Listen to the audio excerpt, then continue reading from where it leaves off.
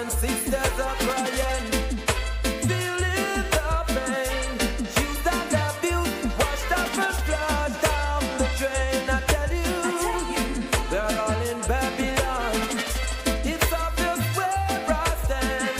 They can't see reality as the best thing for men, and that's because they're not deal with the real issue. Treating our people like a piece of tissue. Well, now they're not deal with the real issue.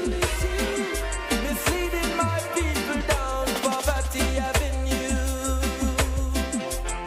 Tell it like it is.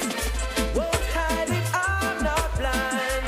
They're dirty linen, yes, it's hanging on the line. I tell you, I said one love people, decrease the crime.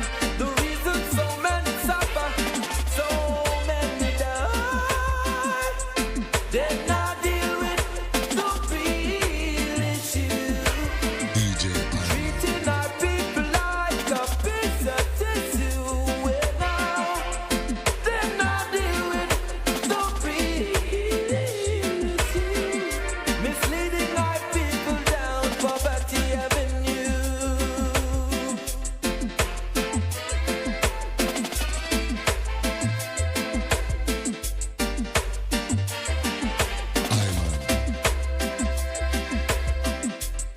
Waste your time depressing man and man. What do you gain? There's no life in money. There's no life in fame. I tell you, all those ways of leader, threatening mankind. Let no one say about you you're not qualified. You not deal with the real issue. Treating our people like a piece of tissue. Well, now they're not deal with the real issue. Misleading our people down poverty avenue. No, no. Brothers and sisters are crying, feeling the pain. Used and abused, washed up and flushed down the drain. I tell you, they're all in Babylon. It's obvious where I stand. They can see reality as the best thing for man, and that's because they're not dealing with the real issue. Treating our people like a piece of tissue. Vote for we and we will set you free. Anywhere you turn, somebody chanting to we. Somebody promising jobs for all. Some renting front to make other people fall. But somebody promising more police car.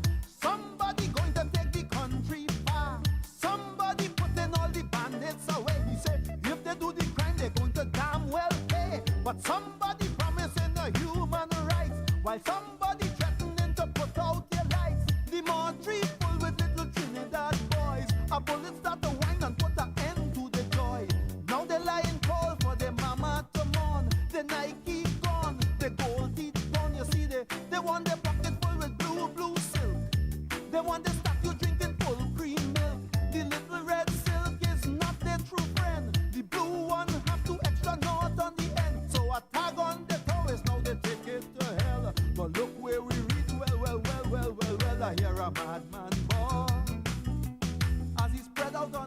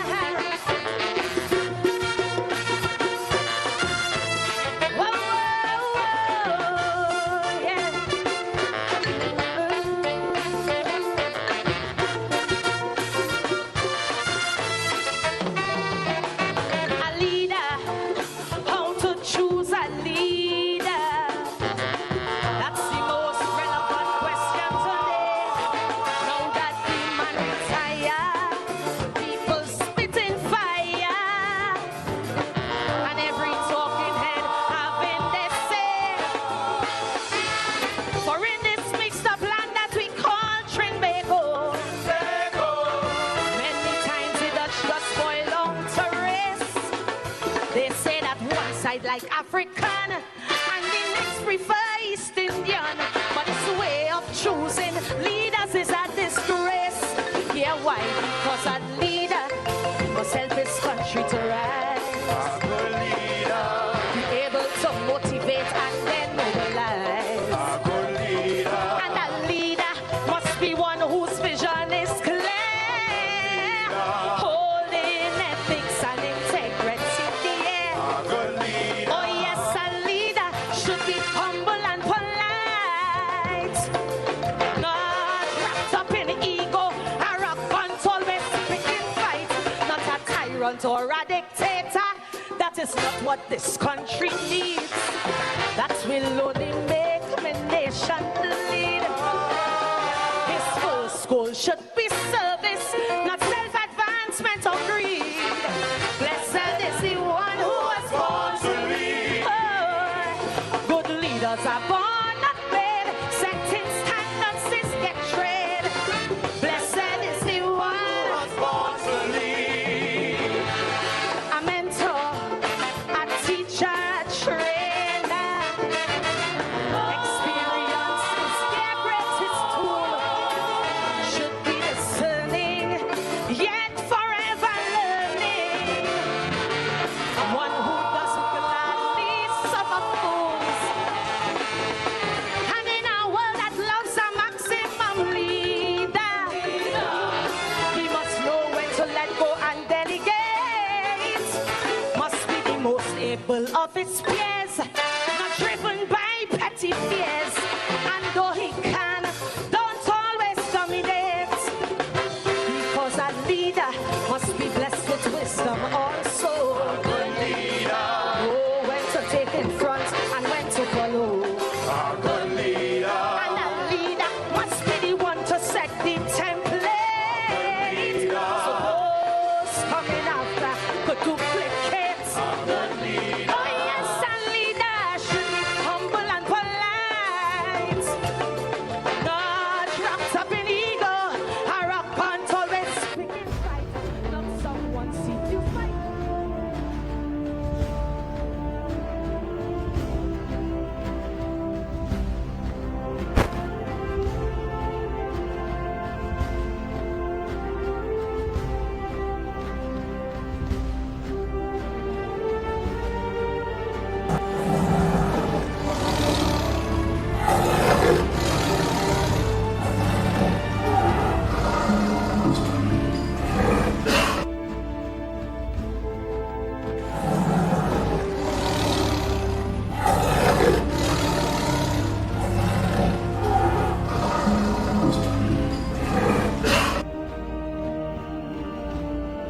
Good afternoon, Trinidad and Tobago. 20 minutes after the hour of 8 o'clock. And today, as promised, we are going to dive into this Venezuela issue here in Trinidad and Tobago. And the reason why that this evening we must dive into this issue is because, one, the amount of misinformation that is being propagated here within Trinidad and Tobago. And two, activists that ought to be neutral within this country that is so lazy. They are not doing their research when coming to matters that could destroy Trinidad and Tobago. Life as we know it here in Trinidad and Tobago have been good for many of us. Many of us don't know what does take place when wars is pronounced or determined on a country. We feel it's a kicks, we feel it's a propaganda,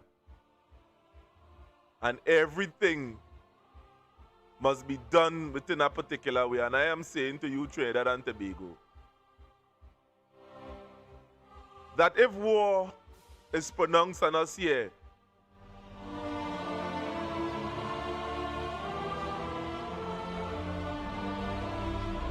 all of us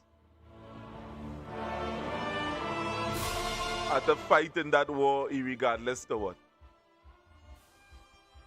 So when pronouncing war, we must be very careful according to the art of war by Sun Tzu. We must be real careful. That must be the last resort in any country. Because to tell you the truth, Trinidad and Tobago, we ought, if anybody threatens us, our sovereignty, we ought to stand with our Prime Minister, no matter who it is. Now that must only be the last resort. Things that are preventable, we mustn't just willingly go into war just like that.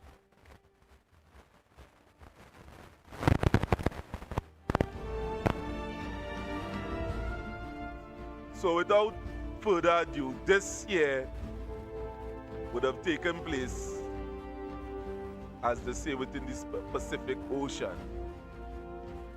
11 people would have lost their life, and then 4 people lost their life without due process.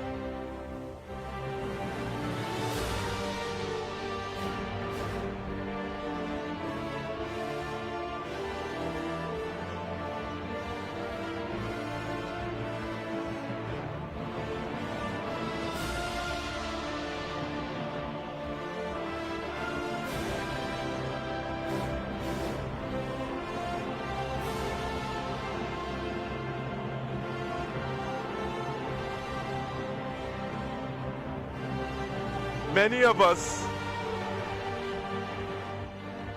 outside there want to sell the notion that that small thing, war is not something that, if a country pronounces war on us, we should casually brush that thing off.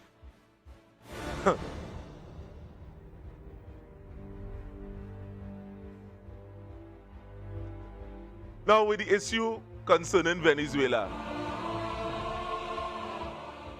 as would have been suggested in the thumbnail, we would have said that at this point in time, before making any further pronouncement, Kamla need to hush up.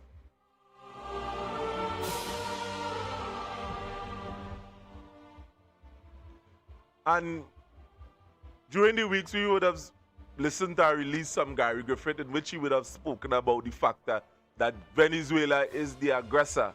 And we are saying to you today, Trinidad and Tobago, the question is no. Venezuela would have went a particular way in how they would have structured their economy. And that would have started with Hugo Chavez.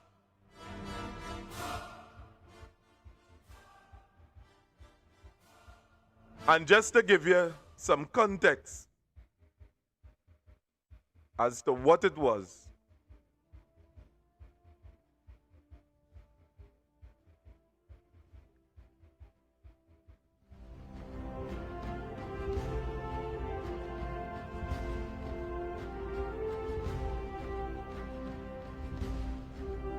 is the U.S. up to in Venezuela?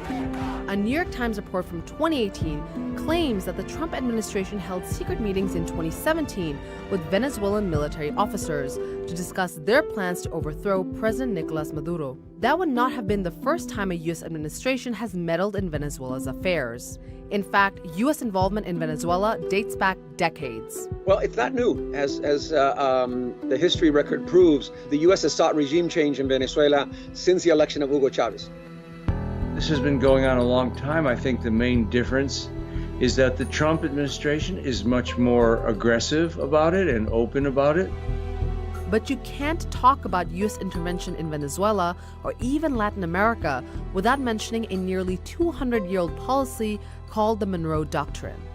To put it simply, it basically declared that the United States had a kind of supremacy in this hemisphere. Originally designed to block European powers claiming colonies in Latin America, the Monroe Doctrine was later interpreted to mean the U.S. also claimed the right to overrule the democratic process on the continent through invasions, coups, and CIA covert operations. The United States is an empire, and so if you're an empire, you want as many countries as possible to line up with you. And so the pawns matter as well in a chess game. In 2013, Secretary of State John Kerry announced the end of the Monroe Doctrine. Many years ago, the United States dictated a policy that defined the hemisphere for many years after. We've moved past that era. But how true is that statement? It never ended. In terms of foreign policy, there is very little difference between liberal Democrats and conservative Republicans on the matter of exercise of U.S. foreign power in Latin America. We've had coups supported by Democrats and we've had coups supported by Republicans. Venezuela also checks another key box of reasons for U.S. intervention: oil. Venezuela's petroleum production reached an all-time high in 1970. A few years later, in 1976, the industry was nationalized. Venezuela has some of the largest deposits of oil in the world, and potentially that oil could be a great asset, as Mr. Bolton has said, if American companies are able to exploit it. Venezuela was always seen as a very willing ally and also as a constant supply of oil. But beyond oil, the U.S. was desperate to prevent this former ally from becoming a socialist state. Venezuela was the beginning of a radical political change in Latin America, beginning in 1998. Venezuela went from being the model democracy, the preferred option that the U.S. promoted in Latin America, a pacted democracy that always supported the U.S., to being its nemesis when the election of Hugo Chavez, who promoted regional integration, national sovereignty, nationalism, and an alternative to the U.S. promotion of free trade and neoliberalism in Latin America. Hugo Chavez's election was particularly concerning for the U.S. He not only sought to use Venezuela's oil wealth to fund healthcare, education, and other benefits for the poor, but he also aligned with Cuba's Fidel Castro, Washington's longtime nemesis in Latin America. So in that sense, Venezuela becomes a thorn in the side of the U.S. And you add to that the election of Chavez in Venezuela was quickly followed by Lula in Brazil, the Kirchners in Argentina, Correa in Ecuador, Morales in Bolivia, Bachelet in Chile. And you saw a change in the geopolitical character in the landscape of Latin America. And that's threatened the U.S.'s hegemony. So that what's happening now in many cases is an effort to recoup that hegemony. And Venezuela is part of that effort to recover the U.S.'s control and power. In 2002, after 18 people were killed in an anti-government protest, Venezuelan military officers and opposition leaders staged a coup to overthrow President Chavez. U.S. government officials serving under George W. Bush at the time denied having any prior knowledge of the coup. While American officials said they would not support any extra-constitutional moves to oust Chavez, there were CIA documents that were made public that showed that the United States government had advanced knowledge of the coup.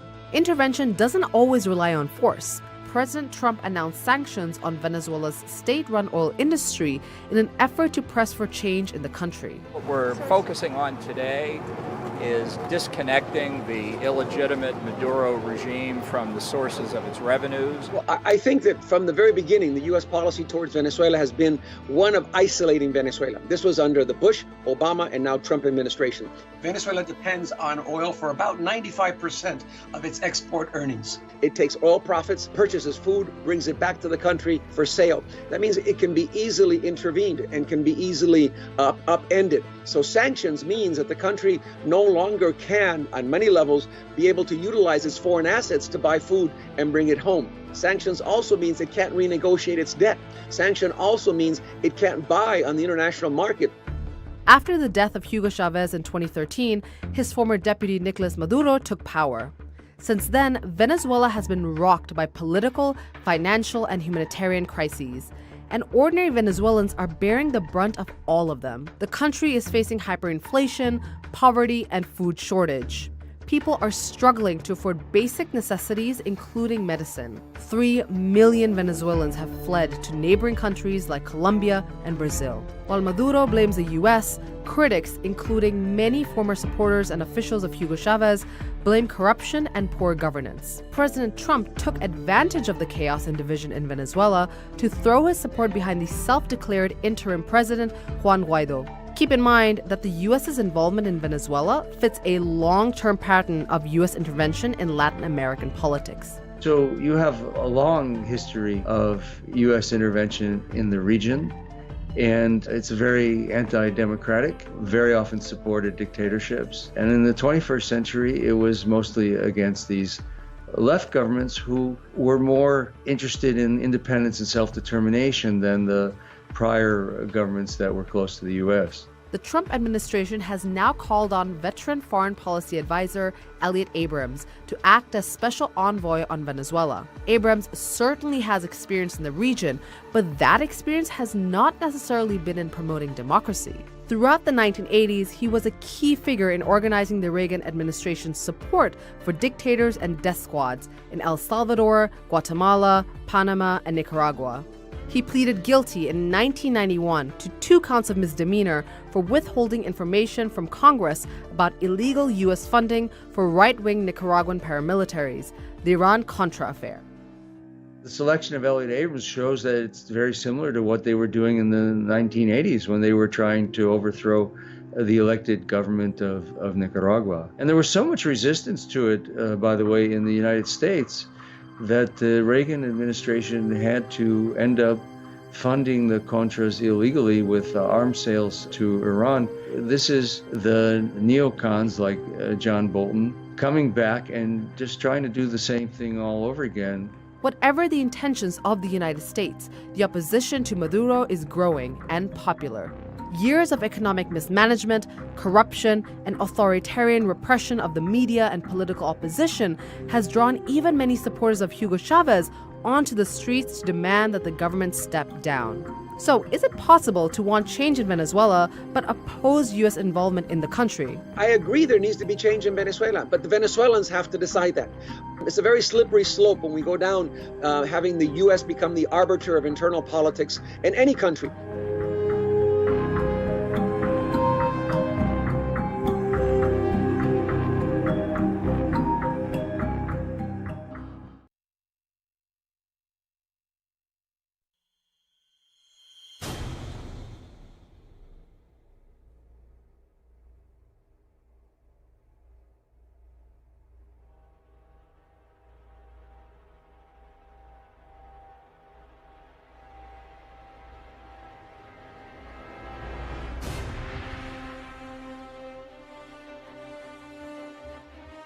Good night, ladies and gentlemen. I am back, right? My name is Renison Jeffrey, and this is the Workers' Rights Platform. We are broadcasting live on the Workers' Rights Network. Now, this thing that's taking place in Venezuela, many of us feel that it is a joke. And, you know, some of us really don't know what's taking place.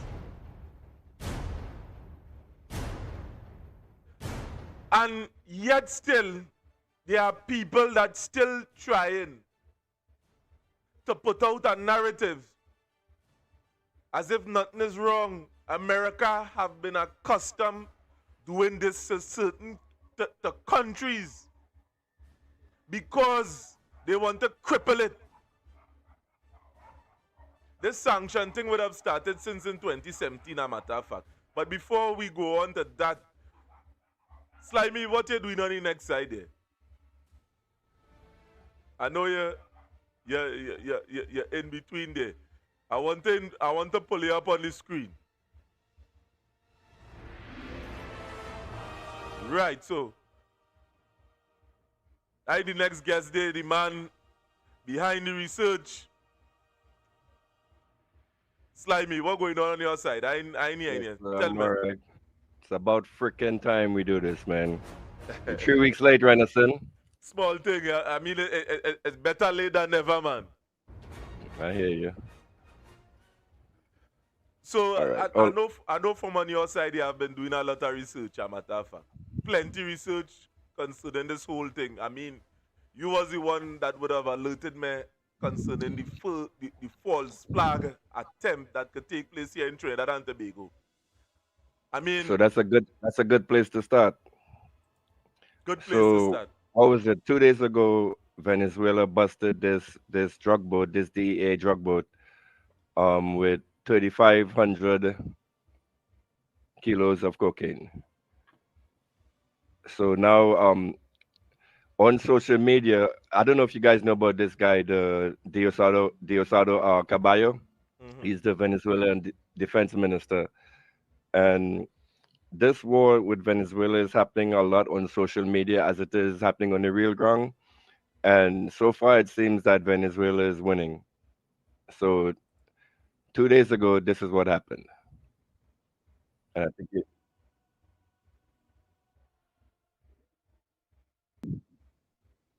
Hmm.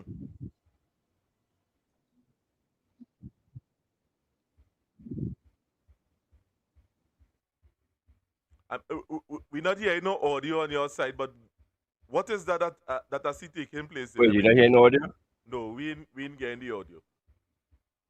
See if the YouTube audience is hearing it. Hang Mm. on.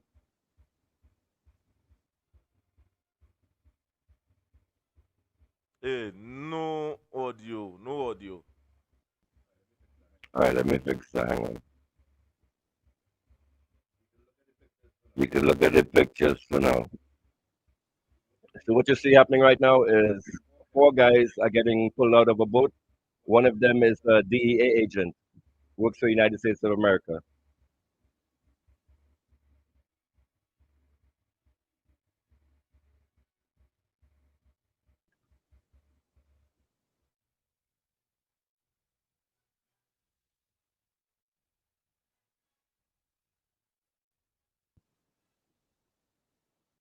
I mean, the significance as to what you would have just said there, This is Slimy. what a drug boat looks like, first of all. Oh, perfect. The translation is working. So for the Spanish speaking members of the audience, I have a live translator up so that you can understand what I'm saying. So look at all these drugs that's been pulled out of the boat. Can you hear the audio now? No, we not hearing audio, but we see in the clip, but we not hearing audio. Wow, that was discovered in Venezuela. Yep. So this was 2 days ago. So what was apparently supposed to happen is this boat was supposed to be captured by the United States military coming out of Venezuela. Then the United States would have been on all over the media saying, hey, look what we caught, look what we caught. But instead, Venezuela foiled that false flag attack. Yes. Let me see if I can switch to main camera now. I'm back.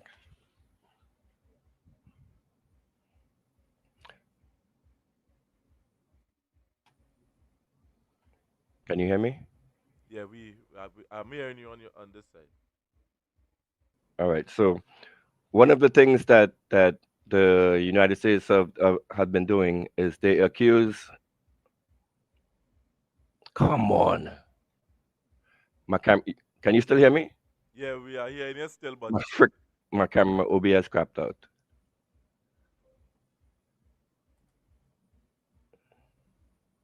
no, but don't let that be an issue now. Yeah, I mean, I hear it here.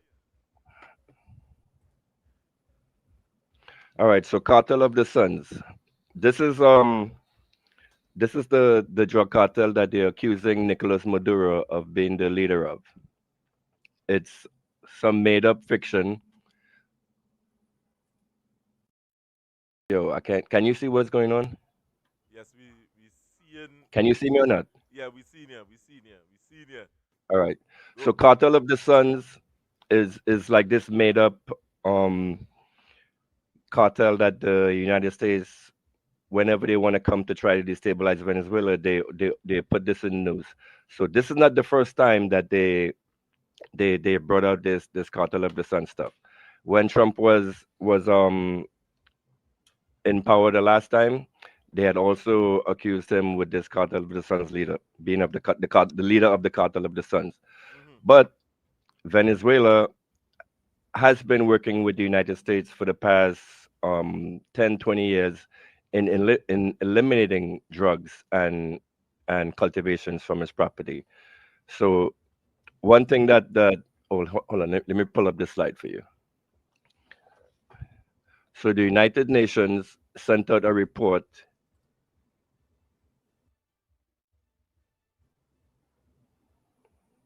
We switching. Hold on, let me pull up this slide for you.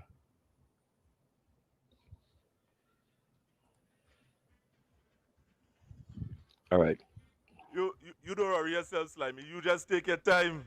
I know this is I mean All pull up. right. So according to the UNODC, Venezuela has consolidated its position over the past 15 years as a territory free of coca leaf cultivation, marijuana, and cocaine processing, the president said, citing the report.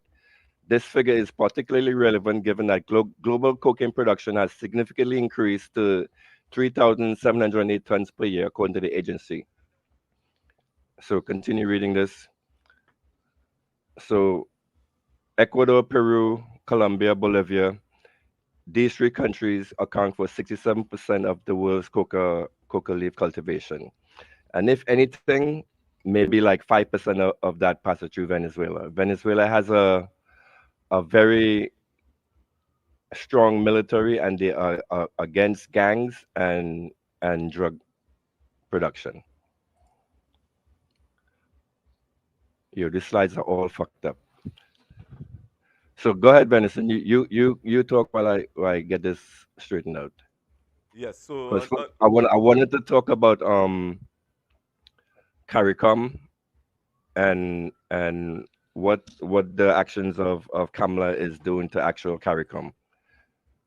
So that is where you come in with your speech, and I'll control the slides. well, I mean, concerning the actions at CARICOM, I believe that, I mean, from my side, CARICOM is dead. You see, for the longest while, CARICOM have been a thing that, you know, a lot of the leaders would have worked on from since the past. And now, the blood, the sweat, and the tears of these individuals gone in vain. CARICOM is dead. What a tragedy. What an absolute disgrace. CARICOM, that once proud beacon of Caribbean unity, that dream our forefathers for a strong collective voice in a hostile world, is dead. Many of the people from past would have speak about CARICOM. CARICOM was this beacon that we could have go to for strength in case of anybody going after us as a single unit. And the statements that this government made in their early tenure, people like Sean Sobers and Kamla Persad-Bissessar, who was spearheading it, a matter of fact, would have severed relationship and damaged it to the point of no repair. I mean, it's difficult to repair.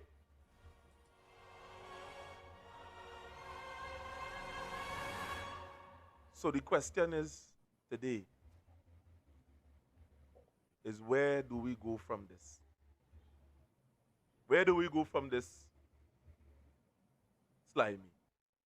I mean, from on, we not here. I not This here. is the Emery Brown. Mm-hmm.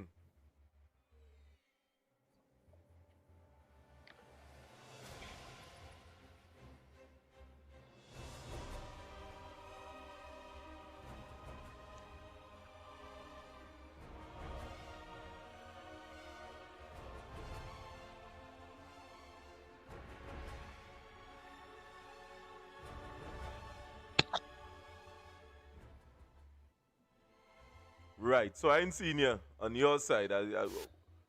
Something taking place there. Yeah, the video is playing. No, we not hearing it. We not hearing it. Yeah, I feel like she should have sent that video to me, but not. Yeah, it's playing right now in the slide. I'm seeing it on YouTube.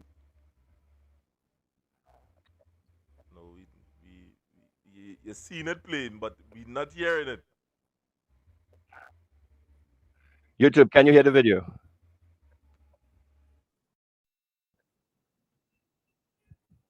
I want to call in. In the video, we not hearing the video.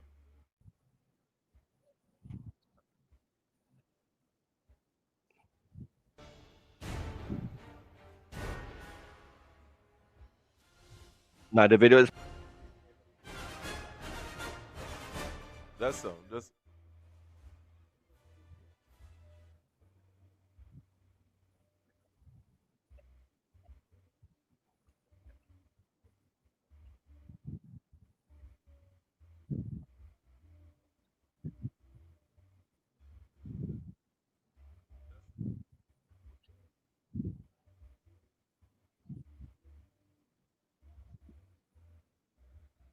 All right. So that's Dr. Emery Brown. Very wise words. And it's actually at times like this we wishing. And it's actually times like this we wishing we had responsible leaders at the helm. Like Mr. Rima, you know what? Call in. Let's open up the phone lines for people to call in. Renison, put up the phone number, please. We wasn't hearing it. We wasn't hearing it on YouTube, Nah, by the way. it's playing on YouTube. No, the song from in the video, it's not coming across on this side. We not hearing the song from the video that you played. You want to send it over to me? Jesus Christ. Send it to me. Send it to me. I show it. I mean it. Now let's open up the phone lines so now before we sort out these technical issues, because I'm hearing it kept playing clearly on my side. Well, you're gonna hear it from on your set, but it's not. No song not coming over on this side. God damn it! That's small thing. Let me try something else.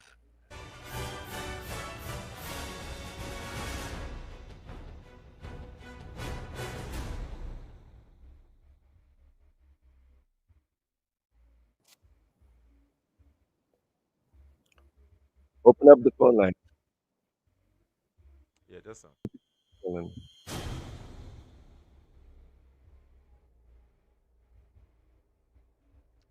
Well, the numbers that they could call, but people, you must have to call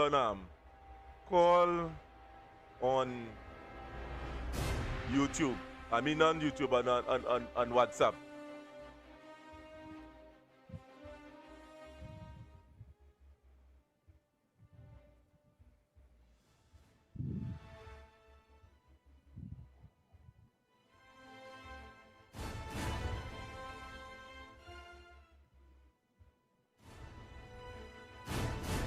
There we go.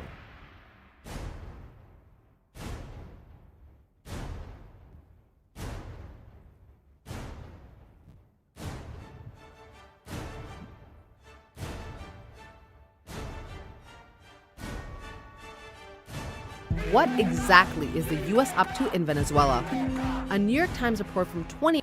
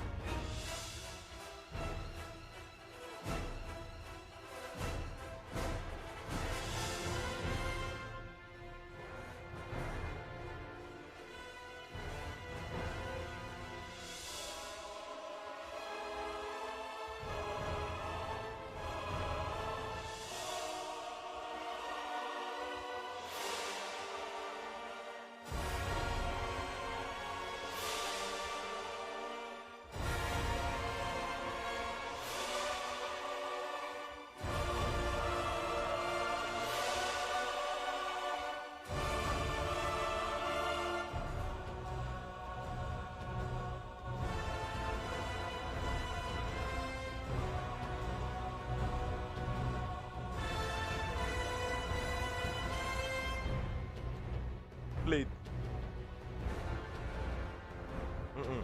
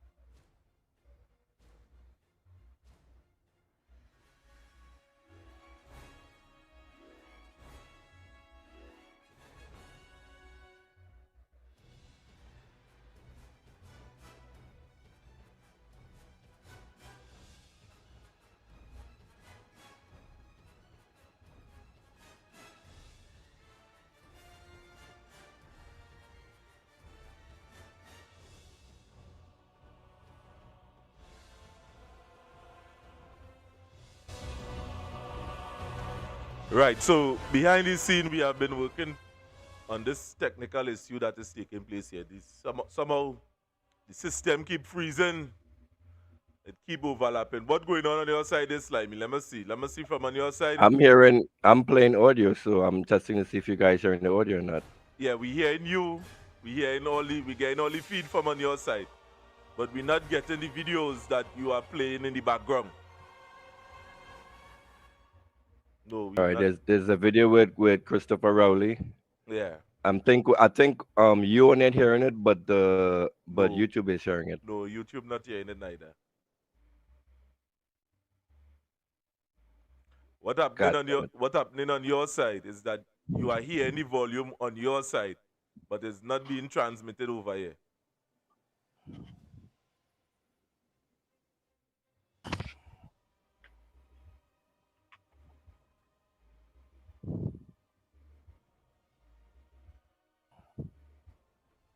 YouTube, are you hearing this? No, YouTube not hearing it.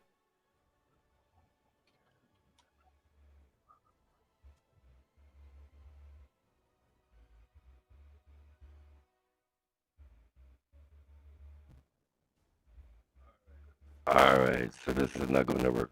I don't know. Yeah, we we hearing it. All right.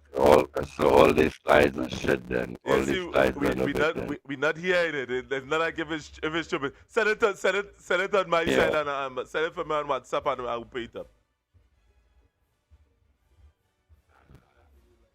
Yeah, I sent that to you like 2 weeks ago. You just gotta scroll up in WhatsApp. That's the one we're really talking about this whole situation. I sent you that raw video like 2 weeks ago. It's in there. Time and the audio don't freaking work. Shit. Things, All right. So what do you want to things talk like about? things like that has happened from time to time. A matter of fact.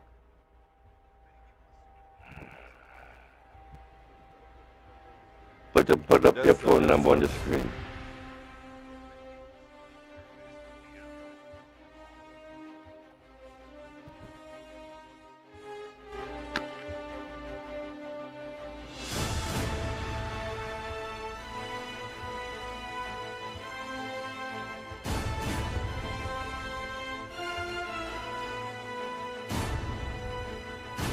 Right, it's a little difficult to go through this whole thing now, but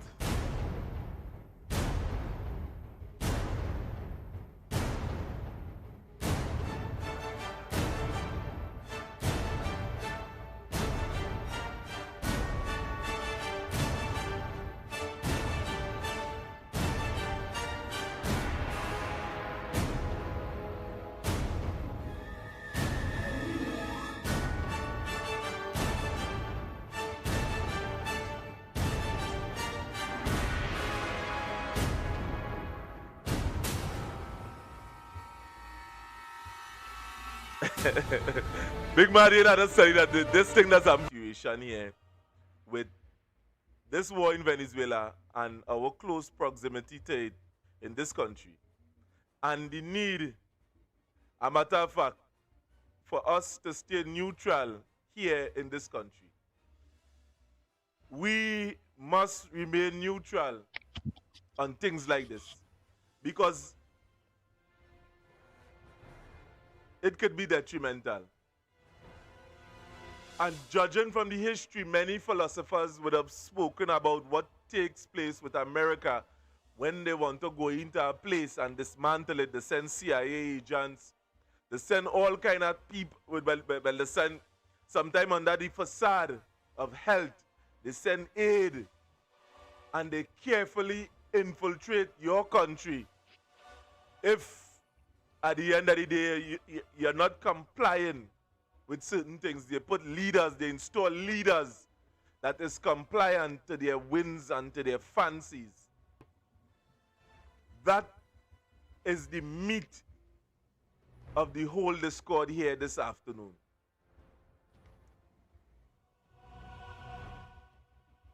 So when we would have shown you Trinidad and Tobago, the 11 people that was blown up, the 4 people that was blown up without due process taking place within a country, and you're really seeing a government that is siding with that. We must understand their intentions, Trinidad and Tobago. The number to call is 868-333-2176. Call us on WhatsApp, 868-333-2176. We want to hear what you have to say. Of course, we want to hear what you have to say. 868-333-2176. Sit down and you put that thing together, but try something new. I mean, when life give what thing you make that you put. But this is our OBS. Yeah. Okay. All right, so Kamla Persad-Bissessar is inviting. Let's predict the future. Let's play a little game right here and predict the future. So it seems to us that this UNC government is captured by the United States. As you know, I've been trying to do some research onto who actually funded the UNC government at the end of the last elections, because coming right before the election was announced, the UNC had no money. They had no finances, they had no plans, no nothing. But then all of a sudden, this mysterious donor came in and flooded the campaign with money and ran this massive psyop on the people. Are you seeing my camera? Yes, I believe it free. You freeze up. Right, we now see it. Yeah, he ran this massive psyop on the country. When you know, that costs money. So I've been looking into. There's this thing called USAID and the National Endowment for Democracy. They, I'm pretty sure, had a part to do, had a part to play in the stuff that's happening. And the way my mom thinks, remember this fire they had a few months ago with Lisa Morris Julian. She was supposed to be the one who was going up against Kamla Persad-Bissessar. You know that, right? And then all of a sudden, there's this mysterious fire that happened out of nowhere that eliminated half her family. I think, well, where is the disclaimer?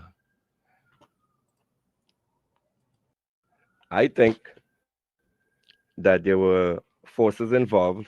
I don't want to name who, but there were forces involved that knew if Lisa Morris Julian Yeah, but and Kamla don't say Persad. you don't want to name nobody. Don't say you don't want to name nobody. Yeah, you don't play stone and pay your All hand right, behind your back. the United States killed Lisa Morris Julian in order to get this government into power. So it's the only thing that makes logical sense, right? Because a head-to-head a woman with a spotless record who the people loved, going up against Kamla Persad-Bissessar, who had known scandals in the country and who half of the country hated. So a head-to-head between these two women, Lisa would have won. So Lisa had to be eliminated, and that happened, right? So we had the fire. We had all these excuses with the fire. Oh, the night that Lisa Morris Julian died, there were fire trucks that were diverted to some other location instead of coming to her house. Why is it to this day we can't find a report on what actually happened in that fire? Why is it the Minister of National Security still has that under wraps? Right? So moving forward, then all of a sudden the way the United States works, they have this saying, silver or lead. We'll give you all the money you want if you do our bidding. If not, we kill you. So it seems to me that this You're government, making some strong statements, there, I'm man. making wild statements. I'm making some strong statements.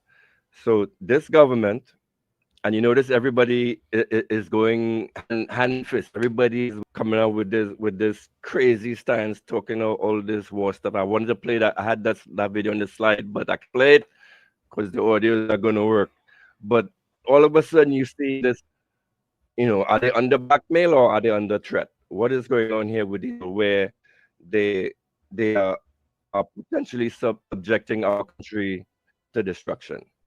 Because that's the likelihood, that's the likely outcome of what's going from here. So what are your thoughts? No, well, Am I still yes, there? you're still here, man. I mean, We get cut. it's like me, settle down, settle down, settle down. You know, you're crowded up your head, man. When you reach on the live, Edward Alexander.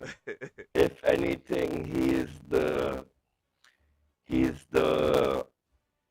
what do you call it, the rogue in government who won. If anything, you would have expected him to come out and something opposite to what is happening right now. Why is well, he inviting troops yeah, but on why are they inviting war into Trinidad? yeah, well, that is same. They know what's going to happen. They know what is going to happen.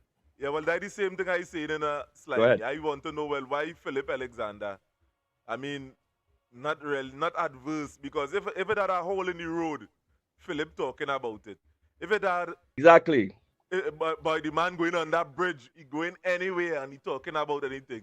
Looking for Why? potholes. Yeah, But think how big of a freaking pothole a 2,000-pound bomb could make in Trinidad. Because for Venezuela is this, that, and the other. But Venezuela is the most mightiest, the strongest armed country in Latin America. And in addition to the local king artificial intelligence drones for their water, why the hell they need this stuff? Then they started making tanks, locally built tanks. And I'm like, this was all 3 years ago, and I'm looking at the stuff on Twitter, and Venezuela at that time was recovering itself economically from sanctions in America. And I'm saying to myself, what the hell you is had to remember Venezuela that doing all this the stuff? hard was to try other ways because the minute the U.S. started to take interest in a country and trying to destabilize the government, you remember in 2017 when the U.S. would have imposed the sanctions, and when Trump would have come in, he would have imposed sweeping sanctions, right? And a lot of people started migrate from Venezuela at that point in time. From Venezuela. Yeah, all over the And world. this is something that's very clear. It's very clear what you just said. It's because of the sanctions that the United States put on Venezuela that caused the economic instability, that caused people to migrate. Right? You will hear on the other radio shows that because Maduro is a rebel leader, Maduro suffering his people, do this, that, and the other. But no, it's not because of Maduro that people fled the country. It's because of crippling sanctions the United States put on Venezuela that caused people to flee. And then again, during that time, you will notice there was a whole bunch of conflict. Yeah, but a lot of fighting. People go ask the question, but why America has so much interest in Venezuela? Because they want to subjugate Venezuela like they had before in the 70s, before Hugo Chavez. Venezuela was under United States subjugation in the 1970s. God, I have the video on the slide. And I think you played it earlier. You played some a little history of Venezuela.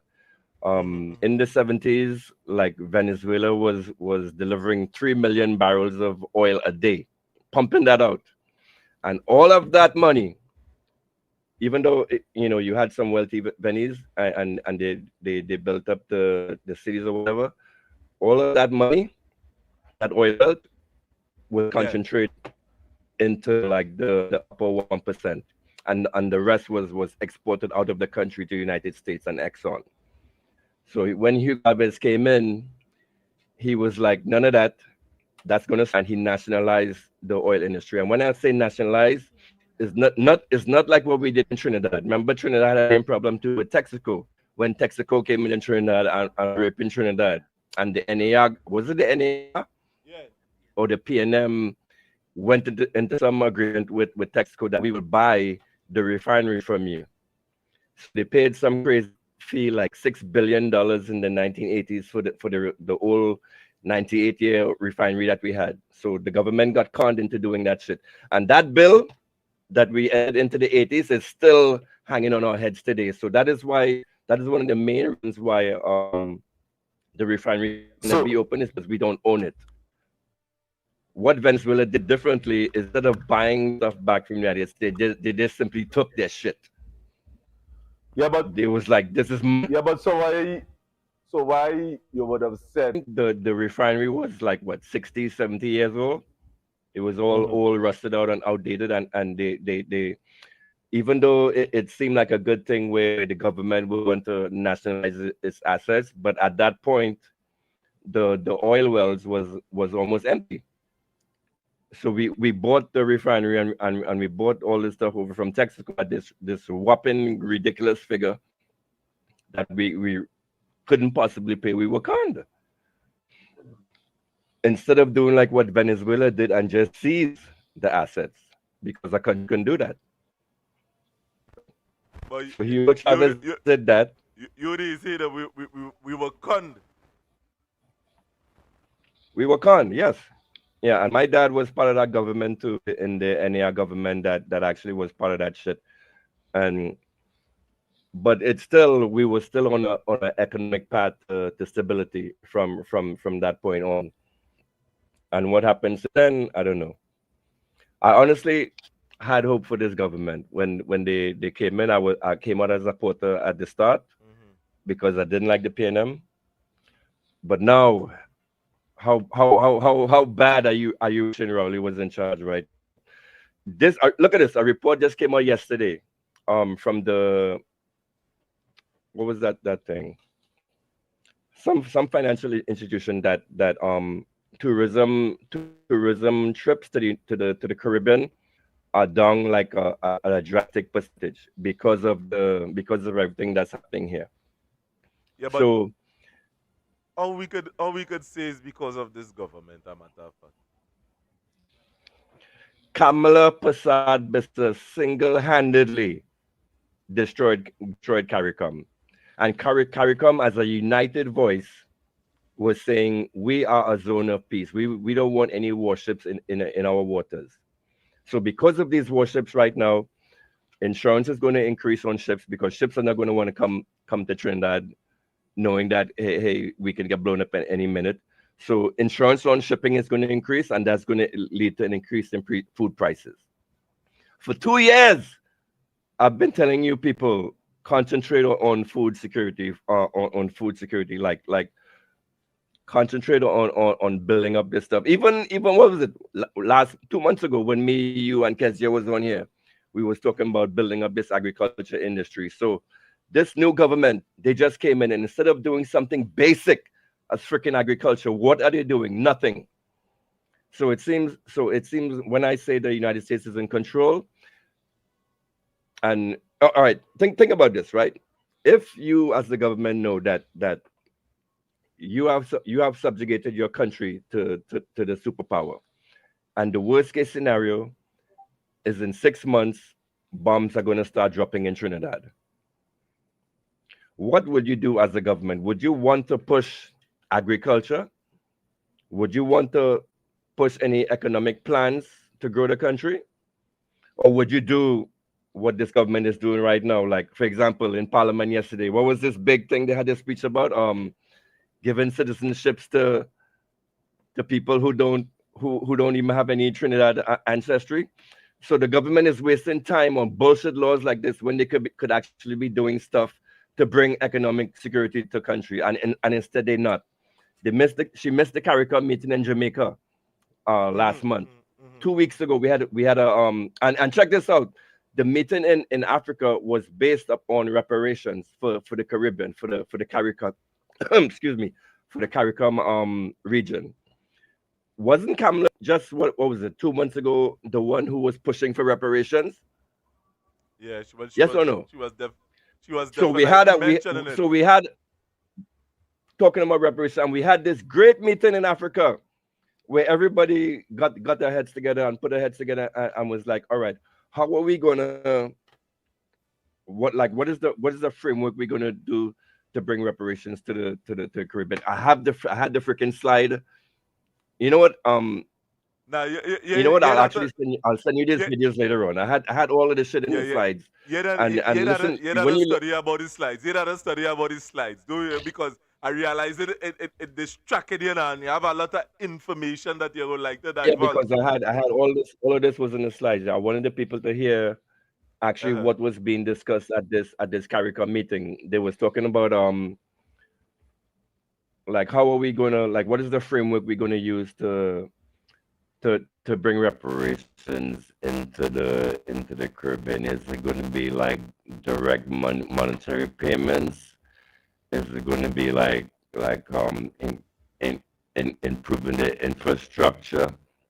And this is the start. We're supposed to be like the head of this shit, and we know where to be found. And instead of Kamla going herself or even sending the foreign minister, she sent some low-level delegates, like slapping like a total insult to CARICOM. And so going back to the main point, if you knew your government was captured and there's nothing you can do, you can't avoid it, and if you speak out, you're going to either get kicked out of the government, you're going to get killed by the United States because that's how they operate. If you open your mouth, you're going to get shot. So everybody in the UNC government is towing their line. Everybody is pro United States and pro invasion and pro destruction of Trinidad. So what would you do? I'm gonna go back to that main question again. They start talking about looking how they're going to make money. And I want you to really, when you start looking at the actions of this government, look at them as evil. So we ain't talking about, we're not going outside of Trinidad to bring money in. So instead, they went to Citizens Bank and all these other places looking to find money they can thief. That's the only way I can really phrase it, because they know what's going to happen. So what are we supposed to do right now? And we have this state of emergency on, which is another thing when you really think about it. The state of emergency is linked to everything that is happening right now. And I wanted to play this video for you, like when Trinidad was occupied the first time in the 1940s when they built the Wallafield. What the United States did when they were here in the 40s is they built a spy network in Trinidad where they were spying on the local citizens, because Trinidad had a vibrant communist movement back then, and the United States was in this war against communism. So they came over here in Trinidad. They set up this spy network, and you had Marines like walking around Port of Spain saying, "Show me your ID. Who is you? What are you with?" and stuff like that. So this is what happened in the 40s. So the citizens, like, they didn't really protest, but right Well, before it got to the point of protesting, around that time, social media, we didn't have social media and things, so it was, you just had to be there and experience it too at the same time. So people didn't have ways of, relaying the information and say, hey, this is what they experienced today. Mr. Rima, I'm talking about the past because this is what is happening right now. The past, what is the saying? History repeats itself, and history is repeating itself right now. Back then, we didn't have a government that actually invited troops onto our soil because we were British territory. And guess what? This is what they did. This is the deal that Britain and the United States had for Trinidad. The United States gave Britain 50 warships for the lease of Trinidad for 99 years. So they traded warships for territory. So it wasn't an actual government that actually invited the United States also back then, and they had this is a question that I'm asking. Since that time that the agreement was made, Trinidad became independent. So does the United States still have access to that 99-year lease or not? Now that we are an independent government. So the point the United States did to Trinidad when they were on our soil in the 1940s, in 2000 it's going to be worse. So the first thing they would need to do, if they're going to invade your soil, if they're going to come on, is they will need to make a database of all of the citizens and their tendencies. So it's a dissident database.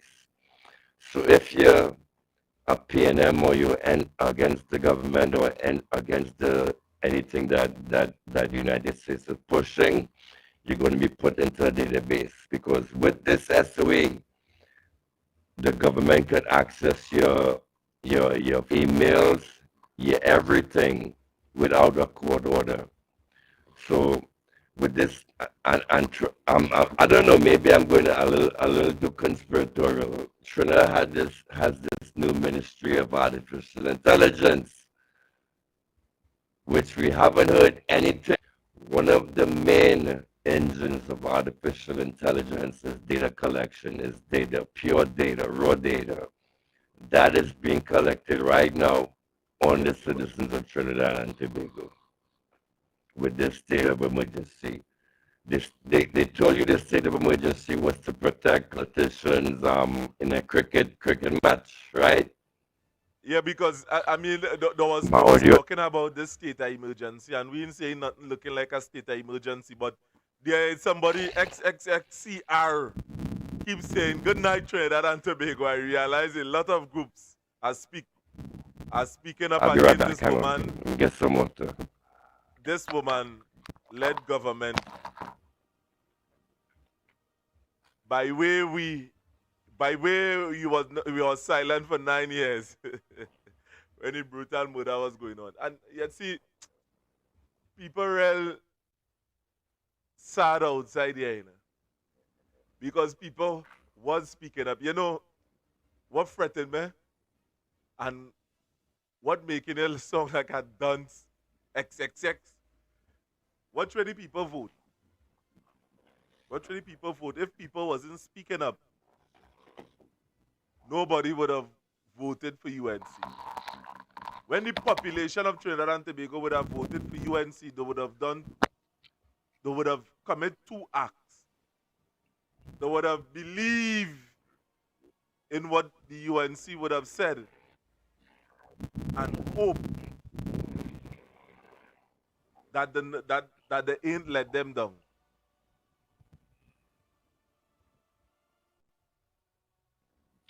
Yo, why do why? I don't know if you have the filter, your filter on or some kind of thing might be causing that. Oh, God, maybe that might. You know what? With the green, cause I got this camouflage green shit. Maybe that's what's doing it. I look horrible, man. Yeah, but anyway, the phone lines are open. We would like to hear your voice. 868-333-2176. Call in and cuss me. Call in and cuss Renison. Let's hear what you have to say. Nah, And I know Mr. Rima have something to say. don't call and cuss me at all, nah. Mr. Rima, call in and cuss Renison, please. She said she was calling in just now and she didn't get through. I don't know if on my side here this everything just going haywire here tonight, but anyway, that's my rant. I think we at a stage right now in the country like where people need to like actually pay attention to what this government is doing. They're like a new form government. And yo, what happened to that lady who was doing the floods? Like every time there was a flood, she what's her name? Khadija, I mean, what happened to her? You notice how she went silent too? yeah. Yeah, and Everybody in the UNC went silent. As soon as these tensions with the United States start ramping up, everybody gets silent. Nobody doing nothing no more. Nobody in the streets. Nobody out walking doing nothing no more. Why is that? Huh? So waiting, you're feeling from your perspective that they're hoping for the worst then. Yes, that is damn well look like what they're expecting. Why else would you talk about devaluing the currency before doing stuff in Africa to bring money in? They're looking for ways to generate money locally where they could raid the piggy bank and leave when we get bombed. That is what I think happening right now in Trinidad. Because right now we are chessboard. We are a little pawn. We are a little tiny pawn on this global stage where we in the middle of 2 heavily armed nations, the United States and Venezuela. What is going to happen to Trinidad? And Trinidad does not own 1 missile. What is going to happen to poor Trinidad? yeah, but With- yeah, if this yeah, but conflict- what bothering me about this whole thing, we no way close to where in terms of firepower and in terms of population density, as to say, if we have the firepower, we have the numbers, we not no way close where that is concerned. But yet still we keep on saying things that not matching up to how we are looking on the global scale. It's as if everybody in government Sinai. Don't worry. India is going to come protect us with their nukes.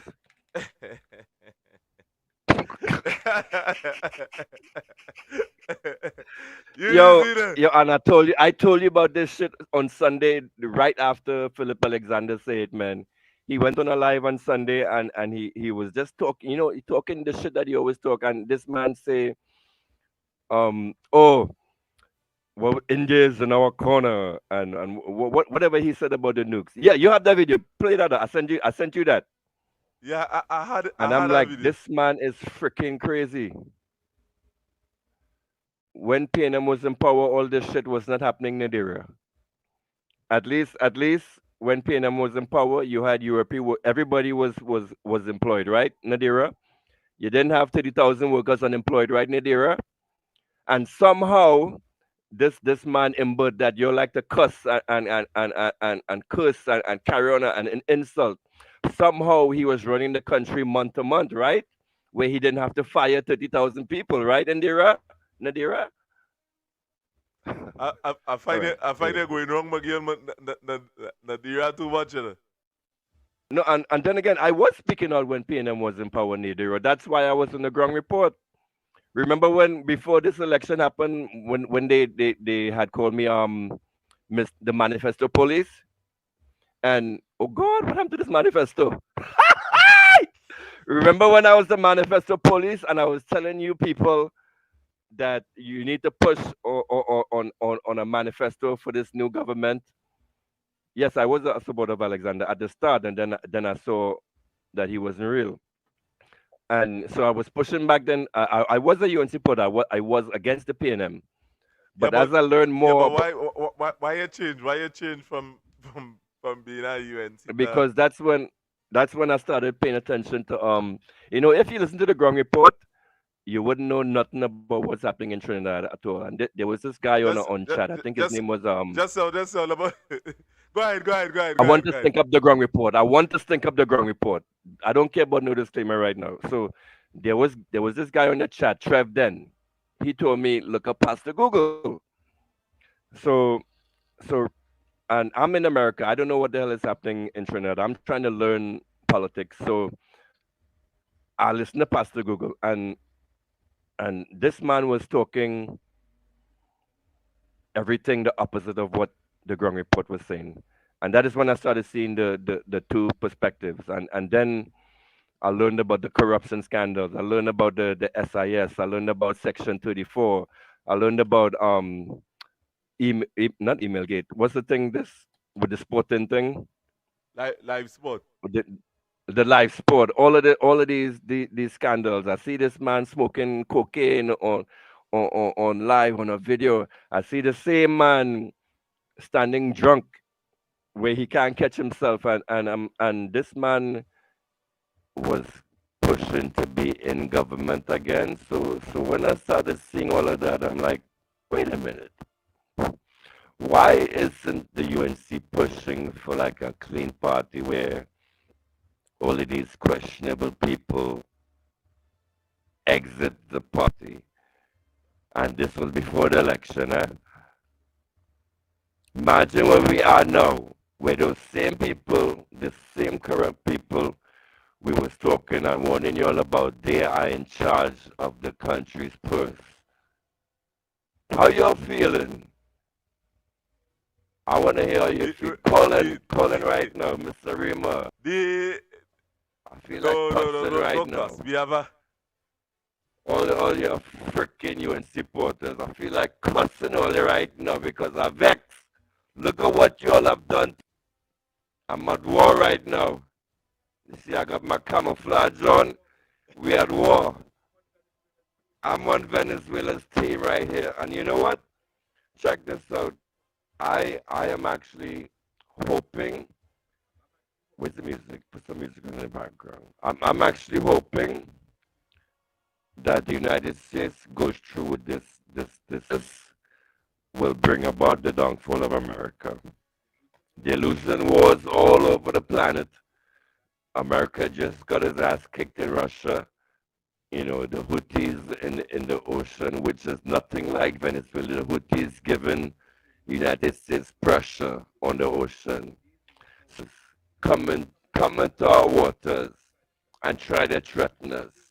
We should be back in Venezuela 100%, hoping and pushing the United States to attack so we can destroy them. The United States, over the past 40 years, no one wants to join the United States military. And Maduro, at the snap of a finger and on a phone call, he has mobilized 4.5 million Venezuelans. Venezuela has never been this united in its history. Like I'm looking at all the hope and strength. Because we learn it, we are like brainwashed to think that the United States is some mighty power, and whenever they come into our zone, we have to be manly. But that's why I admire governments like Cuba, like Venezuela, that actually pushes back. I want you to go back for the past 2 years of what's been happening in this world for the past 2 years that the United States has been in charge of. For the past 2 years, every single day for the past 2 years, I am seeing blown up and dismembered babies on my computer screen.